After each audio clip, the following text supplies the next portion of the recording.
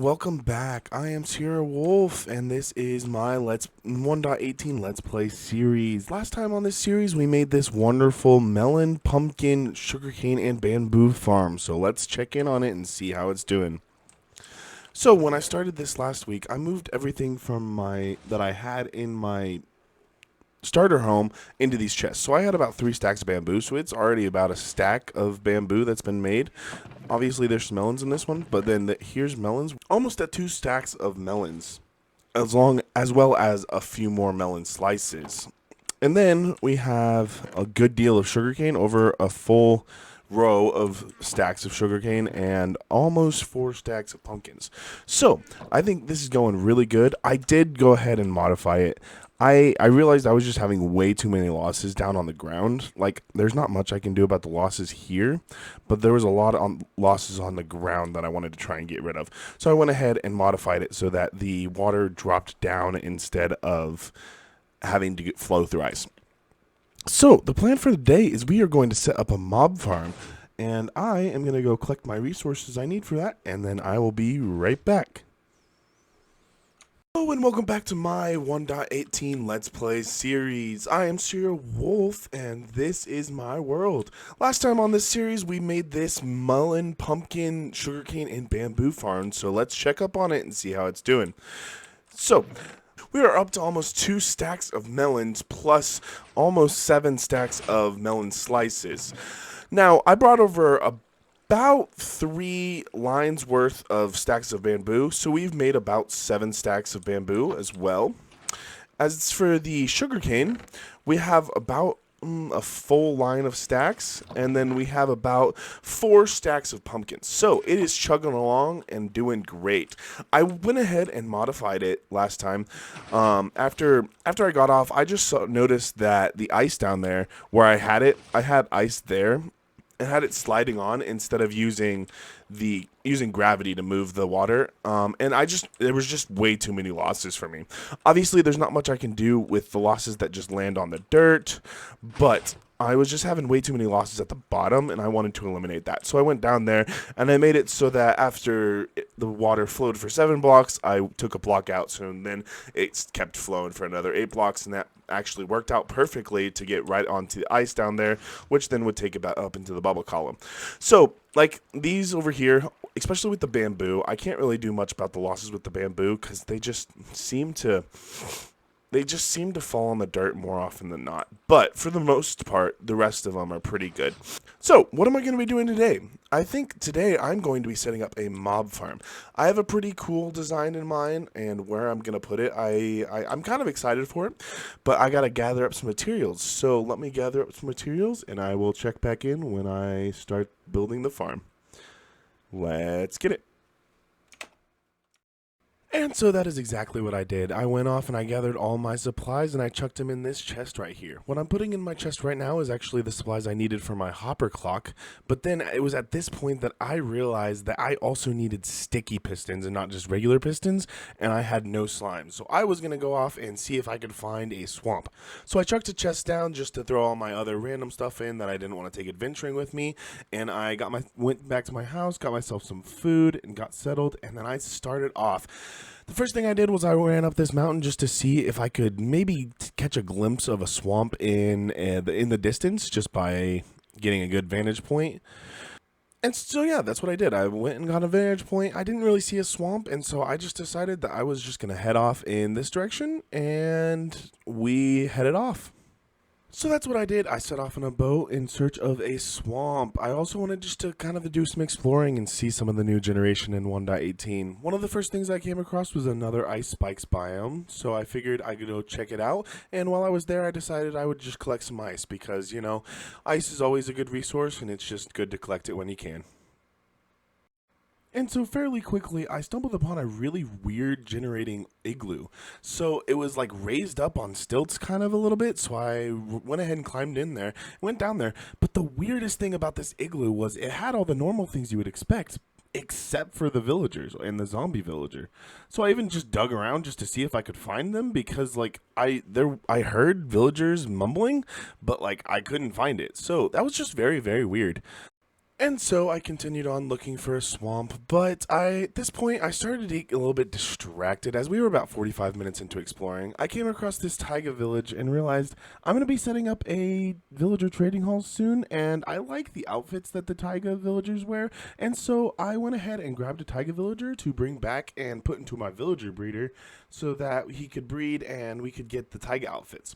But then I came across a shipwreck, so I got all of the loot from that, and then I realized that the buried treasure was actually super, super close. So we went ahead and went over and grabbed the buried treasure. I had to come over here and kind of line myself up and make sure I could find it. It really didn't take me all that long. It took me like 3 minutes, but I found it. So then I came back up after getting all that loot and we headed on back home. And so after a while of getting the villager moved around, we got him back here and I let him into my villager breeder so that he could start breeding with my villagers and start to make villager babies with taiga clothing. So at this point I decided that I was going to continue on with this mission that I've decided I was going to have and get a tundra villager to also have the outfit for. So I came over here to my villagers over here in the tundra and was gonna breed them up until I got a tundra villager, and I started digging this tunnel over towards my base. So after digging this tunnel, I ran out and I realized that this was kind of going to be a long process. But then I found a zombie villager that was actually already in a tundra outfit. And so I decided I would put him in a boat. And then I realized now I'm going to have to figure out a way to cure him up. And so I ran over back to my house and I looked around my stuff and I didn't see any mushrooms. So I had to go into the nether and I ran around the nether for a bit until I found some mushrooms. So I grabbed some mushrooms, I ran back to my house, and I went ahead and got my potion of weakness brewing. I went ahead and made it a splash potion, and then after that, I grabbed it out of the brewing stand, and I headed up, and I went and I cured the zombie villager. So then I had to wait for him to become a regular villager, and once he was cured, then I led him over to my villager breeder, let him in, and then I got them settled, and now they are all ready to produce villagers with taiga, plains, and tundra outfits. And so after all that, I realized I still hadn't found a swamp or slime, so what I did was I headed off back on my journey adventuring and exploring to see if I could find a swamp. And again, I searched for a long time. I searched in all directions and I just could not seem to find a swamp. But again, getting a little bit distracted, I found some bee nests out in this flower forest, and so I went ahead and I went around and collected different bee nests because I think I'll set up a honey farm probably in a few episodes. And then after that, I found a dark oak forest, and so I went ahead and took down a tree and got some saplings so I could grow that. And after that, I realized that maybe I could just go clear out my mine and make it so that there's an opportunity for slime to spawn, and maybe I have a slime chunk in my mine. Who knows? So after running around and really just not finding any slime spawning there, I went ahead and I caved and I looked up online where I could find a swamp with my seed, and I ran over there and I finally got the slime that I had been searching ages for. And so on the theme of me getting distracted, I got bad omen on the way home from that swamp, and so I decided I was going to go ahead and just try out my raid farm and see how it worked for me. So here's a little time lapse of me taking on my first raid in this world.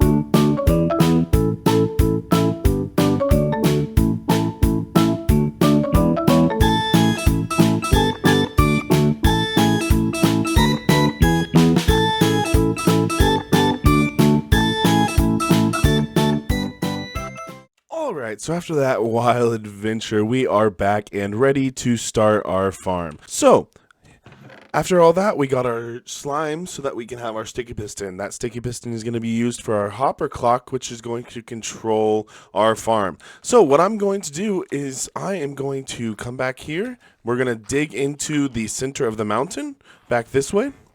And I'm going to probably start from up at the top of the mountain, just where I want the mobs to be falling in. And I'm going to dig down from there and then line it up to here. And then after that, we will get started on building the farm. And I will take you along when I do that. Let's get it.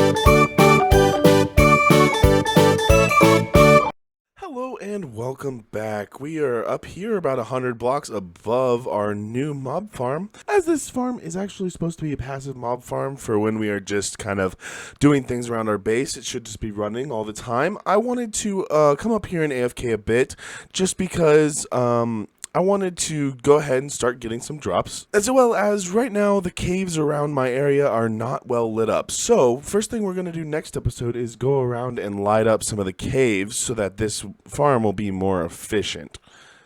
But right now I wanted to AFK up here, so I've AFK'd up here for about 20 minutes, give or take 5 or 10. So I don't know, not too long. So what we're going to do is we're going to hop down and go see our drops, and I will give you a quick rundown of how this farm works. Alright, so I took a step back because I just wanted to take a look at what we built and show you guys what we built. So here it is. That is our mob farm. Basically the way it works is I showed you the hopper clock that I created in my time lapse. That is an Ethonian hopper clock. If you're really curious on how it works, just search up Etho Hopper Clock on YouTube, and I'm sure you'll find a video of his explaining all of it and how it works and everything. But basically, that is just that's sending a signal up through observers, and those observers are sending signals into dispensers, which are dispensing buckets and pushing all the mobs that are on the platforms out to the outside, which then they'll drop into the water at the bottom and be pushed down and drop about 30 blocks, which is a little bit overkill, but that's okay. And that 30 block drop will kill the mobs. So let's go ahead and check out our mobs. Our mob drops. So, not bad. Like I said, I was up there for probably somewhere between 10 to 20 minutes. Like I said, this isn't very efficient right now. I need to go light up the caves. That's what we'll be doing very first thing next episode.